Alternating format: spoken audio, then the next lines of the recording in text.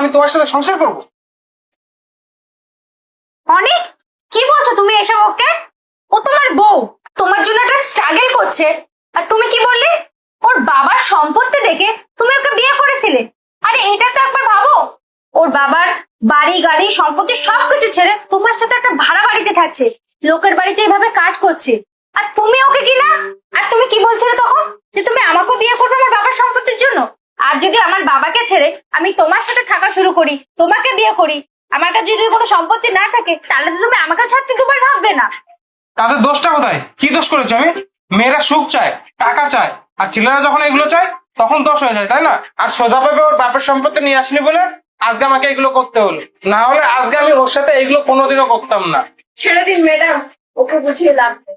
আমার বাবা মা আমাকে পই পই করে বলেছিল যে ও আমাকে না, ও আমার টাকাকে ভালোবাসে, কিন্তু না, আমি আমার মা বাবার কথা শুনিনি, ওর হাত ধরে আমি বেরিয়ে চলে এসেছিলাম, তাই আজ তার ফল আমি হাড়ে হাড়ে পাচ্ছি।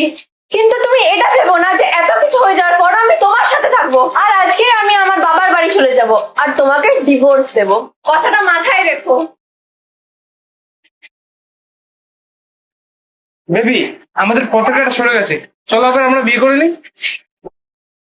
তোমার সাহস তো কম নয়, এত কিছুর পরও তুমি বলছো তুমি আমাকে বিয়ে করবে, আর এত কিছু দেখার পরও তুমি ভাবলে কি করে যে আমি তোমার সাথে সম্পর্ক রাখবো? তোমাকে না আমার চেনা হয়ে গেছে। আমার তো কপাল ভালো যে সময় থাকতে তোমার আসল রূপটা আমার সামনে চলে এসেছে। আর এই তোমার মাথা থেকে ভূতটা বের করে দাও যে তুমি আমাকে বিয়ে করবে।